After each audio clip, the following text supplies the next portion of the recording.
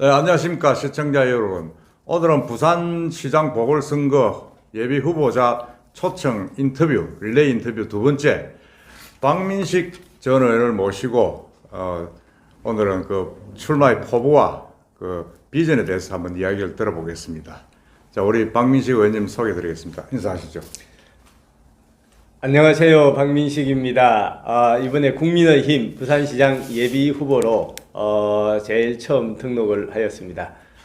존경하는 우리 부산 시민 여러분, 지금 코로나 때문에 정말 힘든 시절인데 그래도 건강 잘 챙기시고 또 희망의 끈을 놓지 마시고 저 박민식도 젊은 시장 후보로서 젊은 부산을 만드는데 한번 최선을 다해 보겠습니다. 고맙습니다.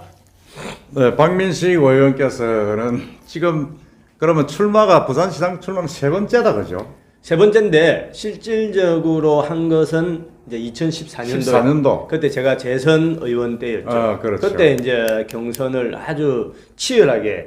그렇죠. 저도 기억이 납니다. 예, 서병수. 아주 박빙으로 그때. 예, 권철현. 그다음에 제가 그때 40대 중반이었으니까. 맞습니다. 젊은 기수 이래가지고. 예, 그래가지고 3파전을 아주 치열하게 했었고 2018년도에는 아시다시피 저희 당이 여러 가지로 어려웠죠. 어려웠죠. 예. 그래가지고 사실은 후보가 거의 없었습니다. 예, 없었고 경선 자체도 이루어지지 않아서 뭐 서병수 그 당시에 시장님이 단독으로 그냥 대회에서 저는 경선에도 참가를 못했습니다. 그때는 경선을 못 하셨구나. 못했습니다. 예. 그렇구나. 그때 제 기억에 2014년 당시에 서병수 전 시장님하고 경선은 한 3% 정도 차이 났던가? 한 2, 3% 그래, 제가 맞죠. 이제 3파전이 아주 치열해서 원래 맨 처음에는 이제 그 서병수 우리 전 시장님 또 권철현 의원님 다 정치적으로 이제 아주 그 거물이지 않습니까? 거물이죠. 그러니까 저하고 출발할 때는 여론조사를 보면은 뭐 저는 그분들의 한 3분의 1 정도밖에 안 됐습니다. 그렇죠. 생각도 못 했죠. 사실. 아무도 사실 박민식이 누군지도 몰랐고 그런데 이게 실질적으로 경선에 돌입해서 TV 토론도 하고 뭐 유세도 하고 또 사직 운동장에서 현장 유세도 하고 하면서 분위기가 많이 바뀌어서 마지막에는 그 개표를 할 때까지도 사실 누가 이길지를 몰랐습니다.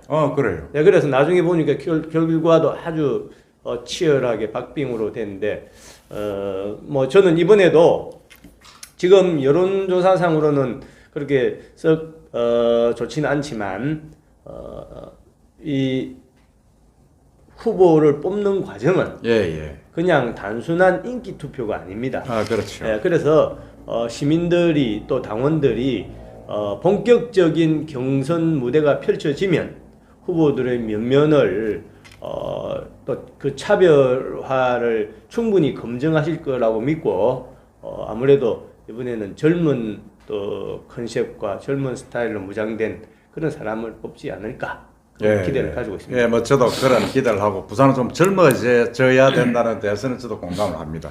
하여튼 우리 박민식 의원은 제가 기억에도 옛날에 그게 정형근 의원 아주 그 센 분이었는데 그분을 또 꺾었잖아요. 뭐 꺾은 것이라기보다는 이제 그 당시 때도 제가 정치라는 영역에 첫 번째 발을 디딜 신인 때였다. 네, 완전히 신인이고 저는 뭐 정치적인 그런 경험이 전혀 없을 때였죠.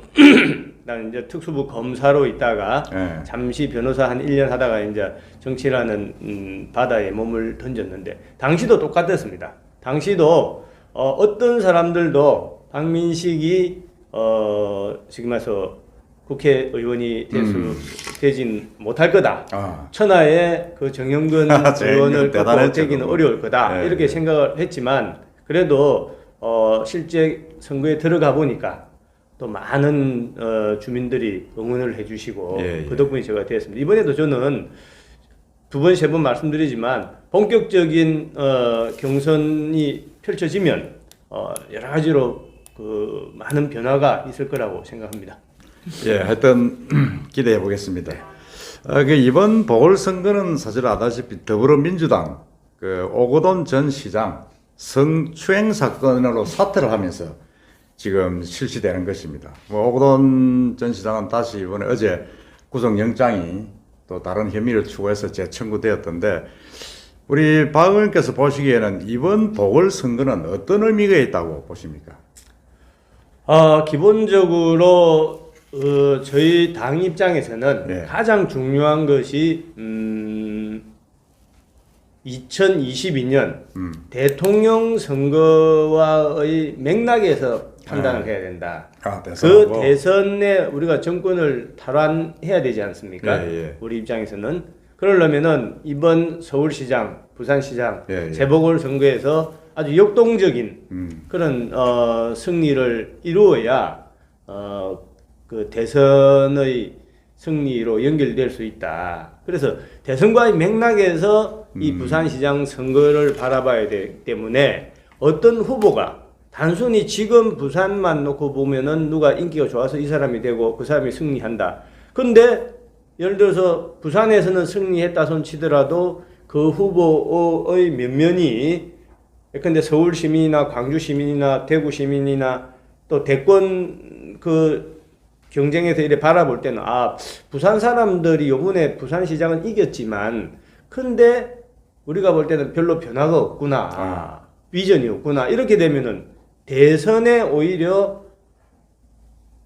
치명적인 독이 그렇죠. 될 수가 있는 거죠. 맞습니다. 예, 그래서 이건 단순히 부산시장 선거를 누가 이기느냐가 중요한 것이 아니라 이기더라도 시민들한테 또 대한민국 국민들한테 희망을 주는 변화의 메시지를 전달할 수 있는 쉽게 말해서 확장성이 있는 이런 후보를 선택을 해야 된다. 이게 제일 중요한 저는 의미라고 봅니다.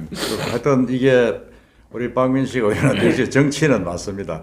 이 시장 보궐선거지만은 결국 2022년 대선의 전초전이다. 그렇죠. 아주 중요한 전초전으로 이 역할을 할 것이다. 그렇게 지금 분석을 하고 계신다. 그죠? 자, 그러면 이제 부산시장 출마를 하셨으니까 공약에 대해서 이제 일단 한번 정리를 한번 해보겠습니다. 공약은 제가 언론에 보도된 거는 한 4개 정도 제가 지금 메모를 해가지고 왔는데 그걸 하나 파고 들어가기 전에 부산의 가장 큰 현안 전체적으로 봤어요. 우리 박 의원께서 무엇이라고 생각하십니까? 아니 이제 일자리 문제, 뭐 인구 감소 문제, 또 뭐 제2의 도시로서의 위상 추락 문제, 뭐 신공항 또 추진 문제 많이 있죠. 예. 그런데 그런 구체적인 현안들을 말씀드리기 전에 부산의 가장 큰 핵심적인 문제 하나만 우선 딱 들으라고 하면은 저는 부산의 활력이 사라졌습니다. 부산은 죽은 도시입니다. 끊임없이 추락하는 도시가 됐습니다. 그러면은 이거를 이끌 수 있는 거는 뭐냐, 바꿀 수 있는 거는 이것도 이제 결국 가장 중요한 현안인데 리더가 새롭게 나와야 됩니다. 리더십이 문제다. 리더십의 문제죠. 쉽게 말해서 새로운 컨셉, 새로운 스타일 이런 컨셉과 스타일로 무장된 뉴 리더가 나와야 부산의 미래를 바꿀 수 있다. 뭐냐면 부산이 왜 상실 추락하고 부산이 왜 활력이 없냐? 제가 볼 때는 리더의 미래가 없기 때문에 이 부산이란 도시의 미래가 없는 겁니다. 아시다시피 지난 30년 동안 부산시장 하신 분들 쭉 면면을 보면은 다 능력도 있고 훌륭하신 분들이겠지만 부산 시민들 눈높이에서 볼 때는 뭔가 적극적으로 뭔가 저지르는 뭔가 변화를 만들어가는 이런 리더십이 아니라 그냥 행정가형의 무미건조한 리더십.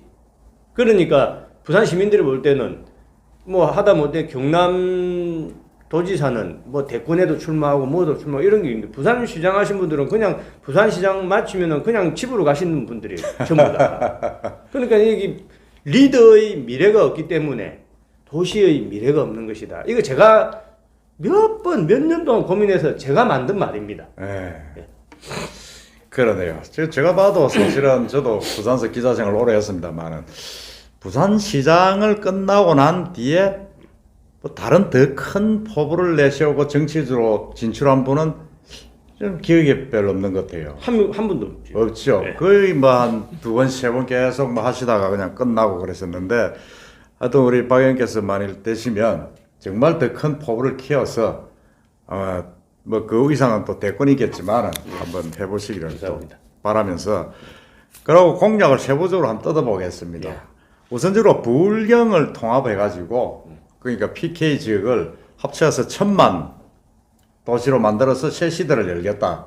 그렇게 말씀하셨는데 그 부분에서 한번 설명을 한번 1천만 부산 도시를 부산 시대를 만들겠다 하면은 어떤 분들이 그러세요.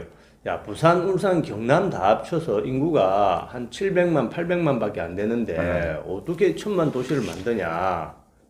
이게 말씀하시는데 제가 1천만 부산 시대를 만든다는 뜻은 물론 부산, 울산, 경남의 인구도 중요합니다만은 더 중요한 것은 이것을 메가시티, 글로벌 메가시티로 만들어서 명실상부한 국제도시가 되면은 여기 거주하는 사람들도 물론 800만, 900만이 되겠지만은 거주하는 분들 이외에 일본 사람도, 미국 사람도, 중국 사람도, 멀리 인도, 아프리카 사람들도 국제도시 부산 들락날락 하는 겁니다.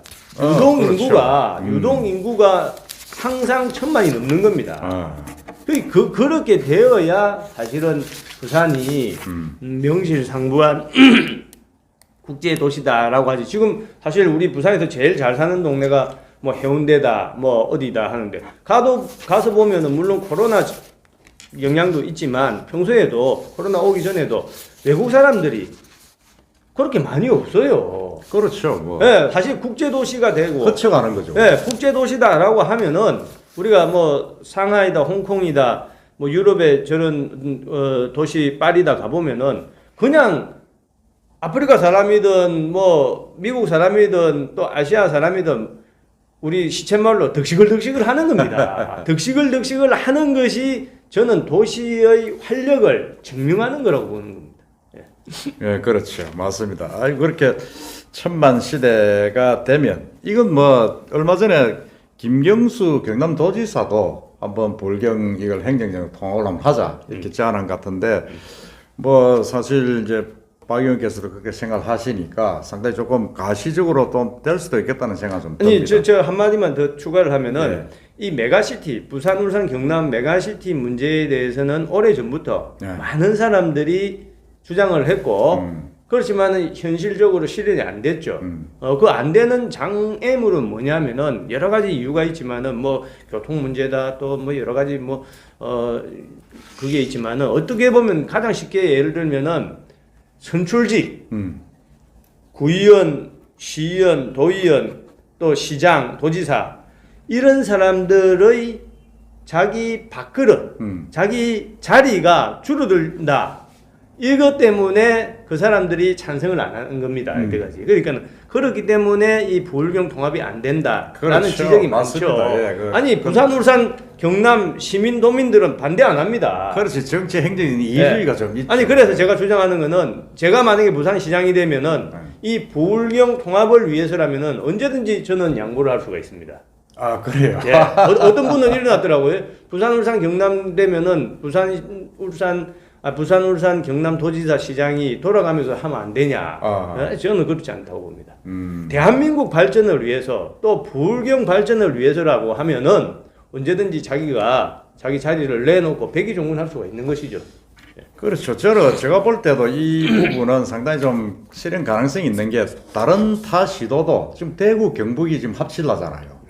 분리됐다가 다시 하려고 그러고 광주하고 전남도 지금 곧 그런 움직임이 좀 있습니다. 있는데 이 동남권 이 지역도 사실은 박 의원님 말씀 같이 그런 제안이 되면 상당히 좀 움직임이 좀 더 구체화되지 않겠냐 하는 생각이 듭니다. 네, 그렇게 맞습니다. 되면 아까 말씀하셨는데 내가 뭐 양보를 할 수 있다 하셨는데 글쎄, 그건 또 그때 가봐야죠. 지금 미리 그래 말씀하시놓고 나면 나중에도 번복하기 힘드니까. 아닙니다. 그 백의종군 충분히 할 수 있고 그것이 부산, 울산, 경남 우리 시민들의 어떤 복지를 위해서 반드시 저는 필요한 길이라고 봅니다. 예, 알겠습니다. 하여튼 백의종군 자세로 마음을 비우면서 하겠다 그런 말씀인데 진정성이 많이 느껴지네요. 감사합니다. 그런 부분은. 그러고 이제 이게 제가 조금 저 공약 중에서 조금 그 아주 신선하게 들어왔던 게 우리 부산은 전국 최초 인공지능 AI죠 블록체인을 이용한 이런 그 뭐랍니까 메카로 만들겠다 그렇게 말씀을 하셨는데 4차 산업혁명의 어떤 그걸 하겠다 그러셨는데 거기에 대해서 평소에 그렇게 구상을 좀 하고 계셨습니까? 그렇습니다. 지난번에 2018년도에 나올 때도 제 슬로건이 City of Blockchain. 시티 오브 블록체인. 예, 쉽게 말해 부산은 블록체인의 도시다.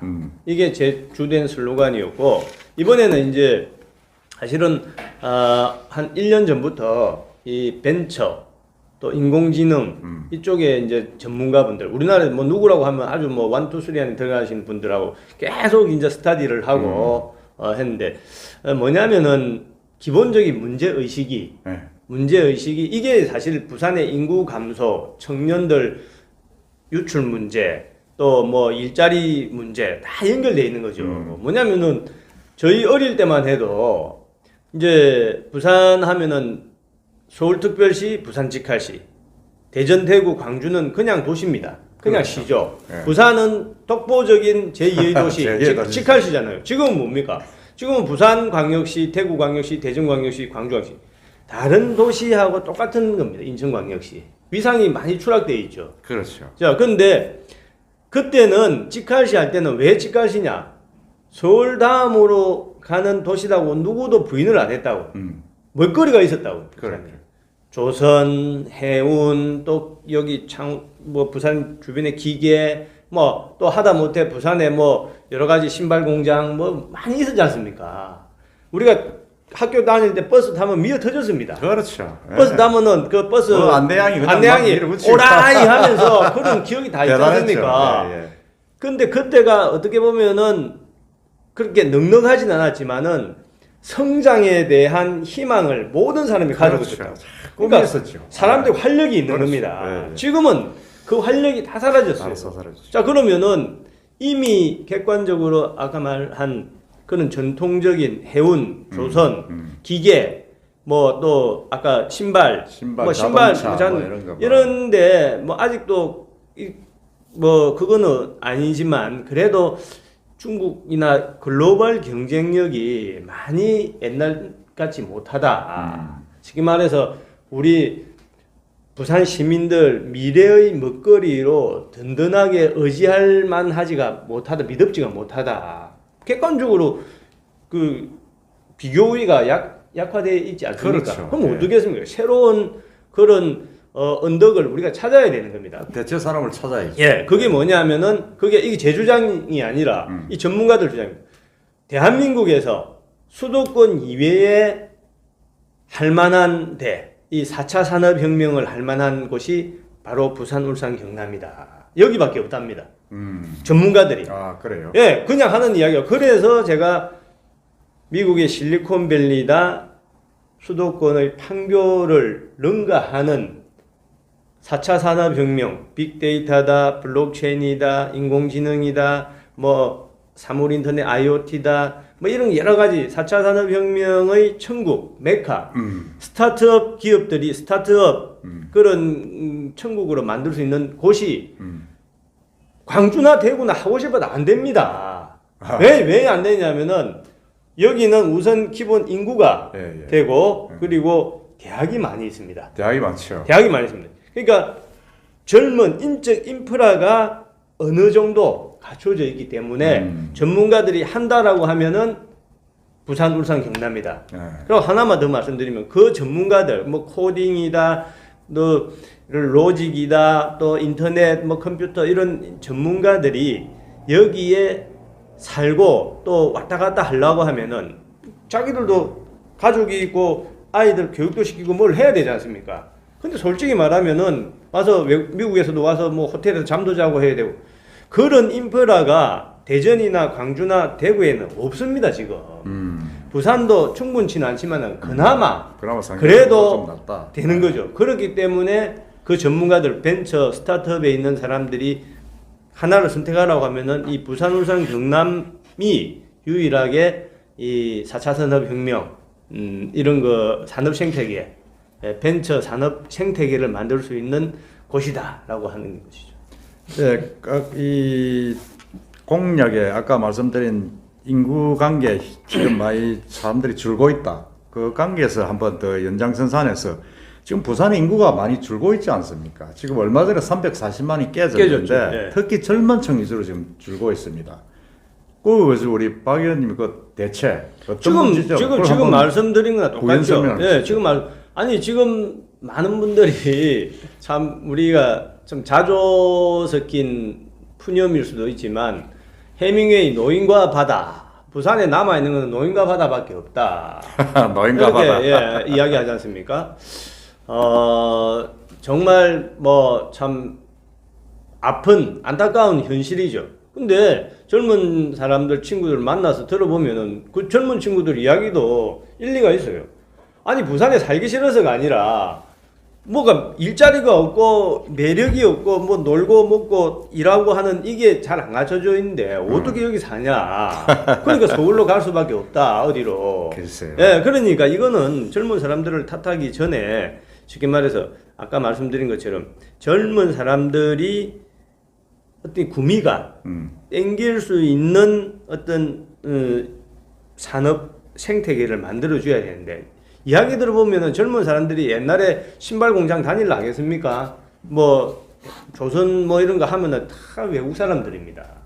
그러니까 매력이 떨어지고 그러니까 아까 스타트업 이런 게 그나마 최고의 그 매력 젊은 사람들을 끌어당길 수 있는 그런 여인이 산업이다. 됐다. 예. 예, 하여튼 그 부분은 제가 볼 때도 4차 산업혁명 쪽으로 설계를 해 나가는 게 맞겠다는 데는 저도 동의를 합니다. 감사합니다. 그러고 이제 또 하나가 이제 부산의 현안이 가덕도 신공항 문제입니다. 예. 그건 이제 국무총리실 산하검증위원회에서 김해공항 확장하는 문제가 많다.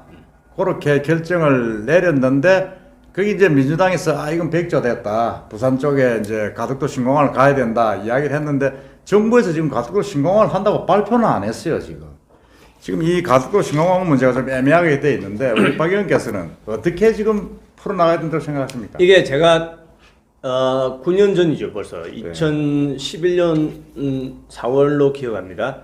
그때 이명박 대통령 당시에 이제 가덕도 신공항 백지화 선언을 했지 않습니까? 그렇죠, 예. 그 당시 때 제가 그때 초선이었습니까? 부산 의원들 대표주자로 나가서 본회의장에서 그 당시에 제 기억으로 김황식 국무총리입니다. 김황식 국무총리. 예. 그 국무총리를 상대로 그 백지화, 이명박 대통령의 백지화 결정이 정말 대단히 잘못된 것이다. 아주 강도 높게 비판하는 본회의 발언을 한 적이 있습니다. 한 15분 동안. 그게 언론에 크게 나왔었어요. 국회에서. 예. 본회의장에서. 예. 그 뭐 부산 언론에 막 대문짝마당이 났었죠. 그 기억이 나는데. 예, 저도 기억이 나네요. 그때 제가 그런 대통령의 결정은 철학도 없고 원칙도 없고 또 경제적인 판단도 잘못되고 해서 오무다. 5가지가 없는 그런 완전 잘못된 결정이라고 비판을 했는데 저는 기본적으로 옛날부터 계속 주장하는 것이 이 가덕도 신공항을 보는 쉽게 말해서 지점이 어디냐 이걸 어떻게 접근을 해야 되냐 보통은 이제 우리 부산, 울산, 경남에 계신 분들은 그렇게 말을 하죠. 이것은 부산, 울산, 경남 800만 시민들의 오래된 염원이다. 그렇기 때문에 해줘야 된다. 그러는데 저는 뭐 그 말도 맞다고 봅니다. 그렇지만 거기에 대해서 수도권 사람들은 뭐라 하냐면은 너그 800만 염원은 뭐 좋은데 대한민국의 나라도 작은데 지금 뭐 고추 말리는 무슨 공항도 있고 뭐도 있고 한데 여기 굳이 뭐하러 공항을 만드냐 이게 수도권 사람들의 그 자기들 시각이죠, 논리죠. 예. 그래서 제가 말하는 겁니다. 접근 방법을 옛날부터 제가 이 주장 수도권 사람들한테도 이야기하고 우리 부산 시민들한테 이야기했는데 이것은 800만 부산, 울산, 경남 시민들의 오래된 염원일 뿐만 아니라 오히려 더 중요한 것은 대한민국이 지금 정체되어 있지 않습니까? 그렇죠. 대한민국이 정체되어 있는 겁니다. 지금 쭉 7, 80년대 올라가다가 지금 정체되어 있다고요. 이게 OECD 들어가 있지만은 거기서 소득 수준이 정체되어 있는 그러면은 정체되어 있는 것을 한 번 더 점프를 시켜야 된다고. 한 번 더 이렇게 정체대에다 점프를 시키는 방법이 뭐냐? 그냥 말로 한다고 됩니까? 지금 문재인 대통령 보십시오. 뭐 한다, 뭐 일자리 뭐 한다고 되는 게 없잖아요. 뭐 K 방역이다, 뭐 되는 게 뭐가 있습니까? 예. 말이 아니라 현실적으로 이거를 점프를 시키려면은 특별한 프로젝트가 있어야 됩니다. 그렇죠. 근데 대한민국에 지금 할 만한 프로젝트, 제일 구체적인 프로젝트가 바로 가덕도 신공항이다. 이게 그냥 공항 짓는 것이 아니라 대한민국이 한번 다시 재도약하는 튼튼한 발판이다. 그래서 이거는 부산, 울산, 경남 시민들뿐만 아니라 서울, 광주, 대구 시민들도 다 찬성할 수밖에 없는 그런 국책 프로젝트다. 이렇게 접근을 해야 되는 것이고, 예, 이제 그런 어떤 데 가장 중요한 논리로 제가 옛날부터 중요한 거는 나라가 발전할 때, 나라를 경영할 때 이제 두 가지 바퀴가 필요하다. 두 가지 폴대가 축이 있어야 된다는 게 제 생각입니다. 예를 들어 보십시오. 미국은 이제 뉴욕이 있고 또 서부에 LA가 있고 있죠. 또 워싱턴이 워싱턴 있고 있고. 중국은 베이징이 있고 상하이가 있고 일본도 도쿄가 있고 오사카가 있고 다 그런 식입니다. 그거는 왜 그러냐 하면은 재원이 많고 자산이 많아서 모든 뭐 서울, 부산, 대구, 광주 다 골고루 발전하면 좋지만 현실적인 한계 때문에 다는 못하고 대신에 두 개는 해야 된다. 왜 그러냐면은 시큐리티, 이 국가 안전 문제 때문에 두 개의 축이 있어야 된다는 게 역사적으로 다 나라가 그렇게 되어 왔습니다. 그러면은 대한민국에서 서울은 어떻든 해야 되는데 하나를 더 해야 되면은 부산, 울산, 경남밖에 없는 겁니다. 그거를 대구공항이다, 광주공항이다 같이 취급하는 그런 사람들은 나라의 지도자로서 안목이 없는 거죠. 그렇죠. 그건 뭐 말이 안 나라의 되죠. 지도자로서 안목이 맞습니다. 없는 거죠. 예, 그건 저도 공감을 합니다. 그러고 최근에 어제죠. 김영춘 민주당 의원 지금 이제 유력한 여권 주자로 지금 부각이 되는 분인데 이분이 가덕도 특별법만 통과시켜 준다면 민주당에서 자기가 부산시장 출마를 하겠다. 뭐 이렇게 말씀인데 그거 어떻게 생각하십니까? 아니 제가 어제 안 그래도 성명서를 냈는데 김영준 선배는 뭐 정치적으로 당은 다르지만 과거에 제가 부산시당위원장 할 때 그 민주당의 부산시당위원장으로 있어서 그때는 제가 현역이었고 김영춘 선배가 이제 원내였는데 저는 상당히 합리적인 그 선배 정치인이라 이렇게 생각을 합니다. 다만 어제 그런 언론을 보면서 상당히 실망했습니다. 왜냐하면은 부산시장이라고 하면은 340만 부산 시민들의 미래 또 부산의 미래에 대한 구체적인 비전을 제시를 해야 되는 겁니다. 이것은 시장이 되고자 하는 사람의 기본적인 예입니다.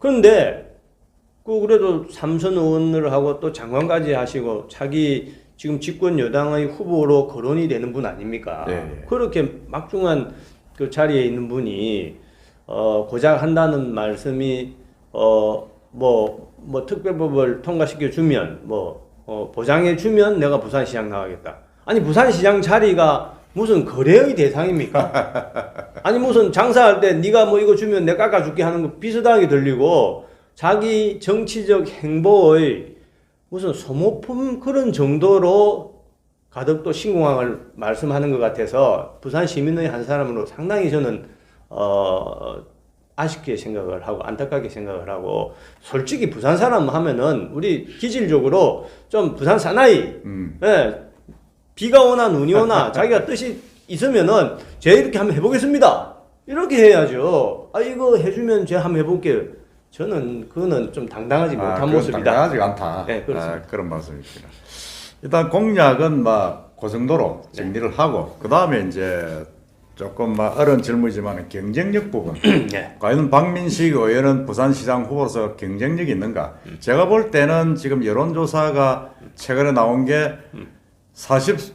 국민의힘이 44%, 지금 민주당이 27%. 부산 지역에서 여론조사 지지도 나왔는데 제가 볼 때는 이래 가면 국민의힘의 후보가 보선에서는 이길 것이다 하고 저는 보고 있습니다. 보고 있으면 본선보다는 이제 예선이 중요하다고 보는데 지금 여론조사에서는 박영준, 이현주 의원이 지금 인지도에서 앞서고 있고 우리 박민식 의원 상대 조금 떨어지고 있습니다. 어떻습니까? 지금 뭐 좀 극복할 수 있는 방안이 좀 있습니까? 예, 있습니다. 뭐냐면은 신념이 약한 사람은 여론조사 같은 수치에 자꾸 의존을 하게 됩니다.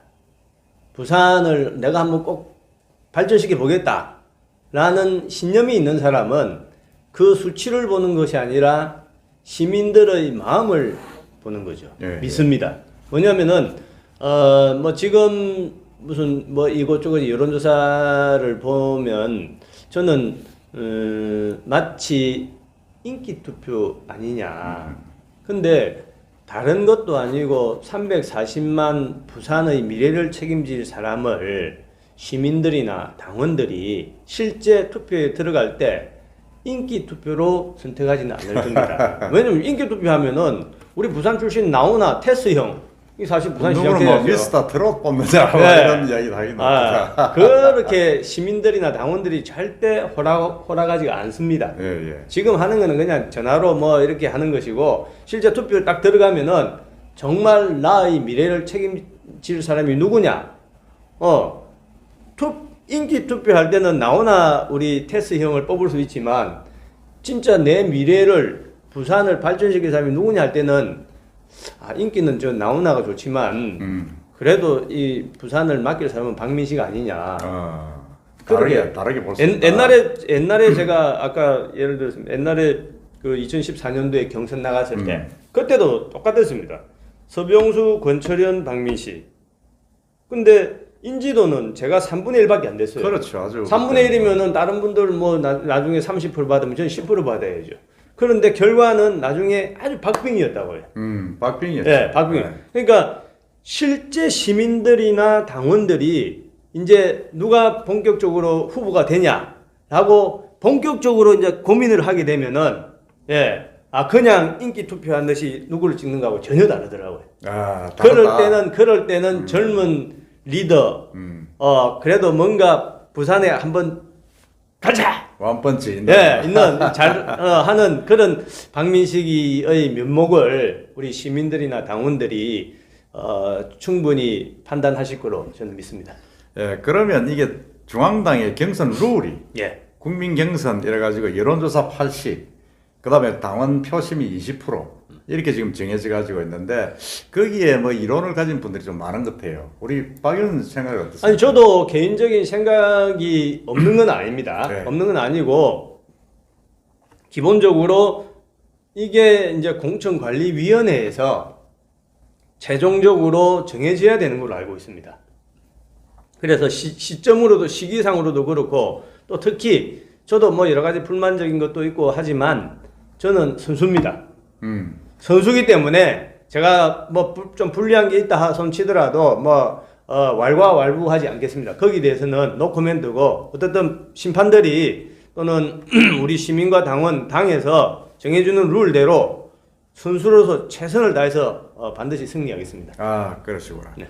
어쨌든 지금 뭐 박영준 이현주 의원이 앞서고 있지만은 그런 인기하고 실질적으로 또 시민들이 보는 어떤 그 평가는 다를 것이다. 다릅니다. 예, 그렇게 지금 말씀하셨고 예. 그렇다 그러면 우리 박민식 의원께서는 이 박영준, 이현주 의원과 비교해서 경쟁력이 어떤 부분에서 경쟁이 있다고 생각하십니까? 제가 좀 잘생기지 않았습니까? 잘생겼죠. 아니 우리 박형준 선배님 또 이현주 의원 다 제가 아주 그 정치인으로 또 상당히 그 훌륭하신 분들이고 또 특장이 많은 분들 아닙니까? 맞습니다. 거기다가 또 인기까지 좋으시니까 약간 좀 질투심도 있습니다. 근데 기본적으로 이제 부산시장은 340만 시민들의 미래 또 부산의 발전을 책임질 분들 아니겠습니까? 현재 나와 있는 여론조사는 그야말로 인기 투표에 불과합니다. 인기 투표에 불과하다. 뭐냐면은 뭐 예를 들어서 이제 여론조사하면 전화로 버튼 누르는 거지 않습니까? 그렇죠. 누가 제일 좋냐 하면은 예를 들어서 부산 출신의 우리 테스 형 나오나 만약에 여기 들어가면 제일 1등이에요. 그런데 실제 투표를 한다, 실제 경선을 한다라고 하면 시민들 어떻게 생각을 합니까? 인기는 나훈아 테스형이 좋지만 나의 미래를 조금이라도 의지할 만한 사람, 그 사람이 나훈아보다 인기는 없어도 아마 그 사람을 택하지 않겠습니까? 그런 사람이 부산시장이니까. 예, 그러니까 이것은 인기 투표하고 실제 부산의 미래나 자기 인생의 일부분이라도 의지하고 싶은 사람 할 때는 결론이 다른 거죠. 그래.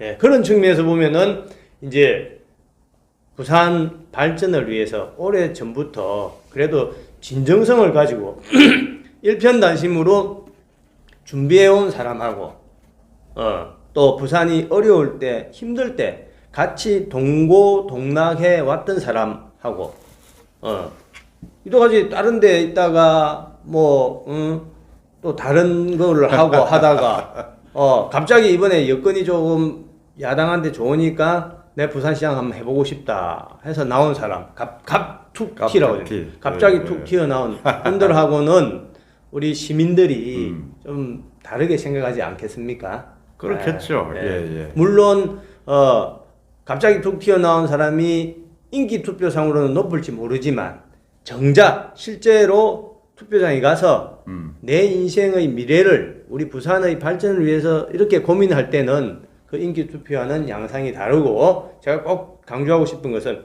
옛날에도 2014년도에 박민식, 권철현, 서병수 그때도 맨 처음에 인기 투표로 할 때는 제가 그분들보다 3분의 1밖에 안 됐습니다. 예. 실제 경선에 들어가서 유세를 하고 시민과 당원을 만나고 TV 토론을 하고 하면서 시민들도 생각을 하실 때 단순히 인기 좋은 사람 말고 인기 투표할 때의 그런 심정이 아니라 진짜 부산 시장 누가 되는 게 부산 발전에 좋냐 이걸 가지고 판단할 때는 기존의 인기 투표하고 완전히 다른 결과가 나옵니다. 저는 이번에도 시민들의 그런 생각과 그런 판단을 확실히 제가 기대하고 있습니다. 예, 알겠습니다. 뭐 우리가 전쟁할 때 공중전 뭐 하는 것보다는 기대 꽂는 거는 지상전에 강한 사람이다. 네. 뭐 그런 말씀이다. 그죠? 예, 알겠습니다. 그러면 우리 박 의원께서 생각하실 때 부산시장 쭉 말씀하셨지만 과연 어떤 스타일이 어떤 분이 되어야 된다고 생각하십니까? 이제 가장 중요한 것은 뭐 경제를 많이 하는 사람도 중요하고 법을 많이 하는 사람도 중요하고 뭐 행정을 잘하는 사람도 중요하고 다 중요하죠.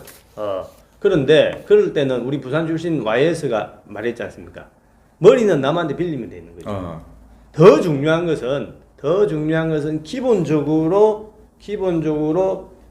어떤 태도, 어떤 컨셉과 어떤 스타일의 리더냐. 근데 지금 부산이 요구하는 리더는 기존의 30년 동안의 그런 부산시장과는 전혀 질적으로 다른 변화된 리더십을 필요로 하거든요. 그러니까 뭐냐면은 시대가 완전히 바뀐 겁니다. 패러다임이. 지금 4차 산업혁명이라는 것도 완전히 바뀐 거 아니겠습니까? 그렇죠. 바뀌었죠. 그런 뉴 리더십, 새로운 컨셉과 새로운 마인드, 새로운 스타일로 무장된 그런 젊은 리더가 나와야 부산의 발전을 저는 이끌 수 있다고 봅니다. 그것이 가장 중요합니다. 예, 알겠습니다. 하여튼 새로운 진짜 조금 강한 젊은 시장이 나오셔야 된다. 변화와 네. 도전이죠. 그런 예. 하여튼 부산에 좀 힘이 좀 빠져가 있는데 뭐 그런 시장이 나오면 아주 저도 막 환영을 하겠습니다. 그리고 이제 마지막으로 최근 현안 한 두 가지 여쭤보겠습니다. 예.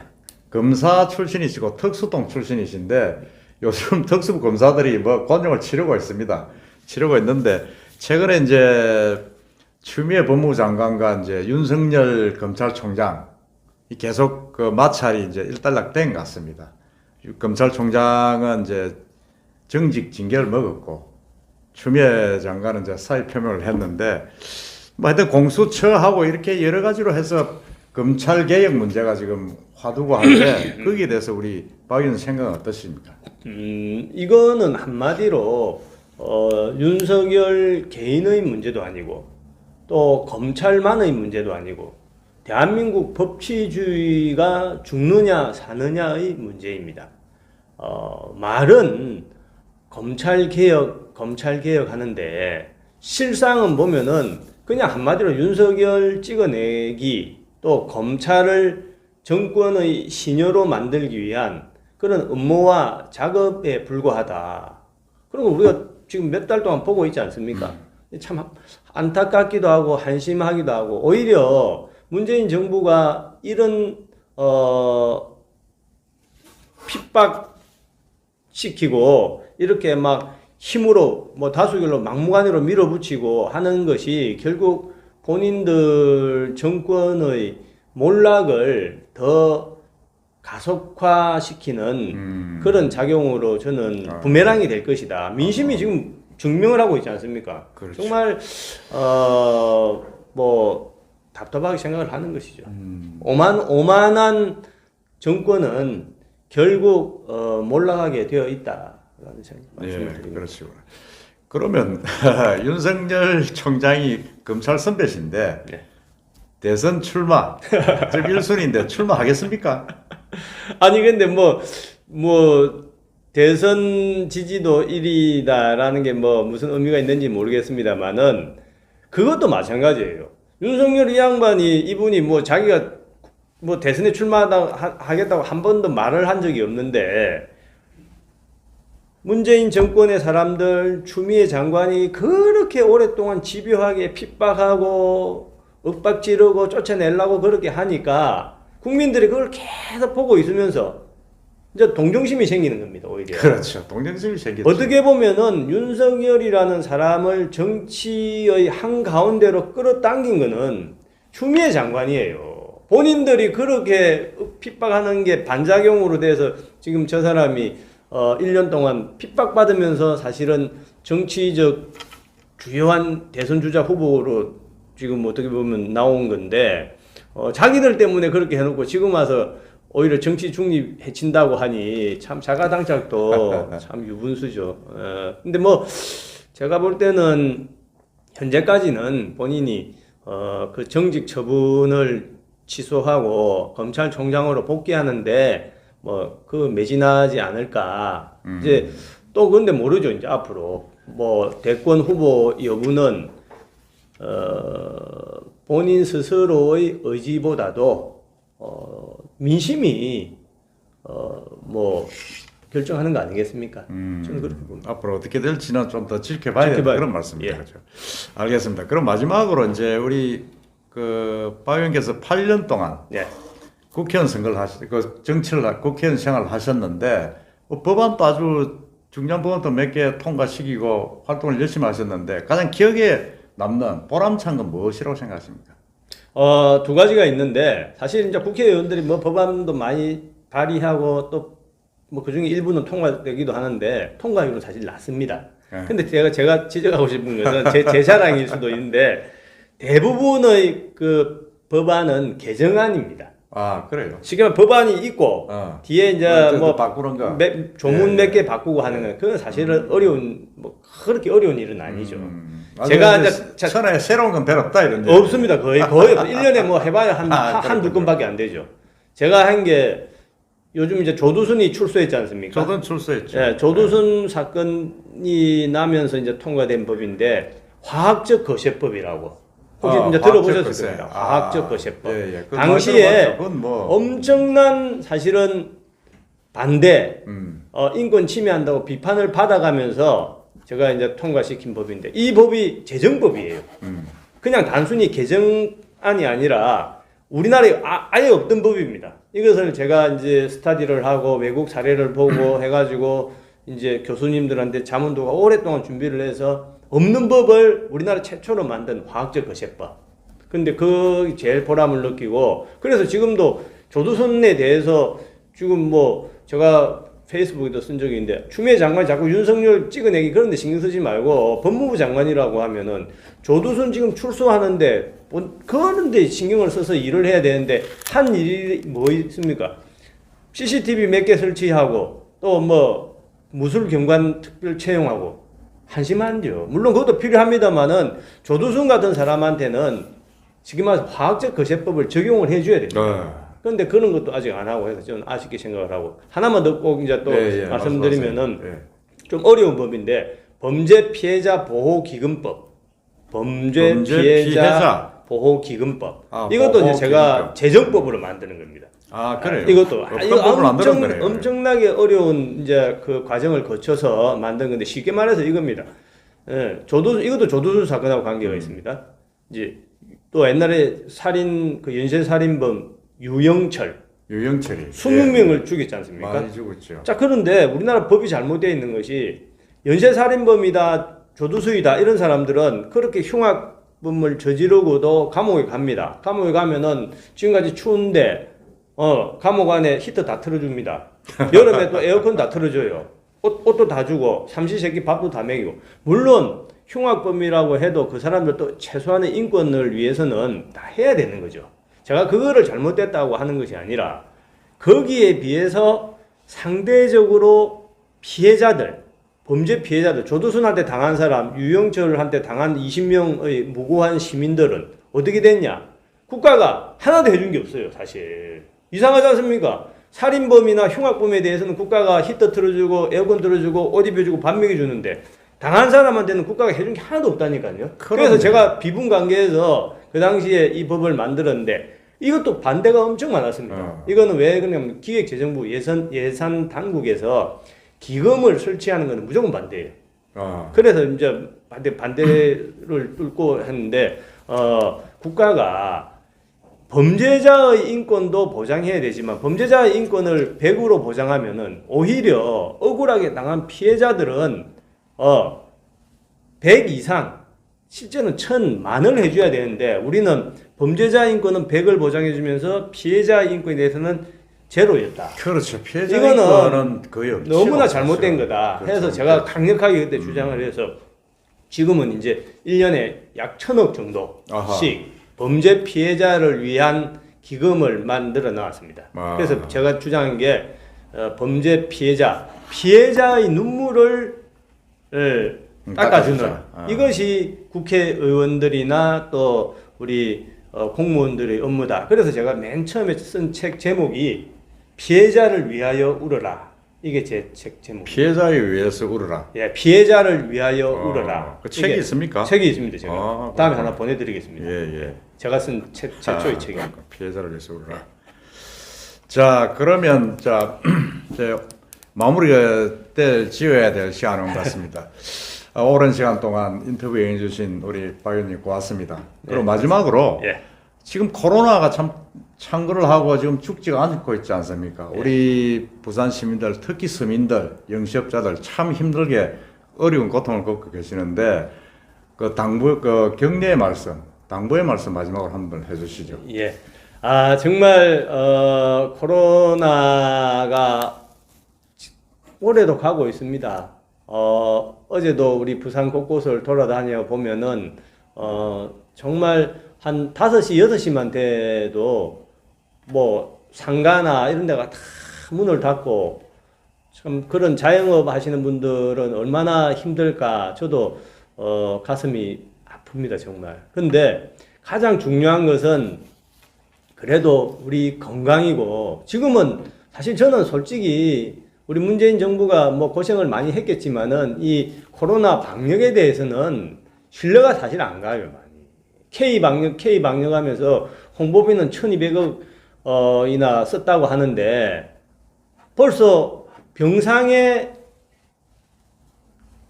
가도 병상이 없어서 기다리다가 지금 코로나 때문에 죽은 사람이 어제 나오지 않았습니까?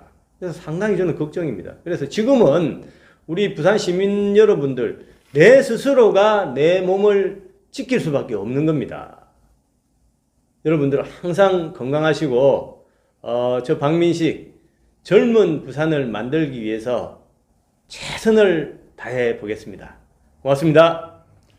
네, 자 시청자 여러분, 근 1시간 넘게 우리 박민식 의원의 어떤 열변, 시장이 되기 위한 어떤 강한 의지를 우리가 좀 많이 느끼고 보고 듣고 했습니다. 젊은 부산을 만들겠다는 우리 박민식 의원의 뜻을 우리가 좀 더 깊이 한 번 더 이 시간을 가지면서 좀 느껴보시고 차기에 과연 부산시장이 누가 될 것인가 하는 그런 부분을 많이 고민을 하시는 계기가 되었으면 합니다. 오늘 이 귀한 자리 만들어주신 우리 박민식 의원님 고맙습니다. 감사합니다. 네, 다음에 후보가 되셔가지고 예. 시장에 대해서 시장실에서 예, 뵙도록 하겠습니다. 시장에 대해서 예, 감사합니다.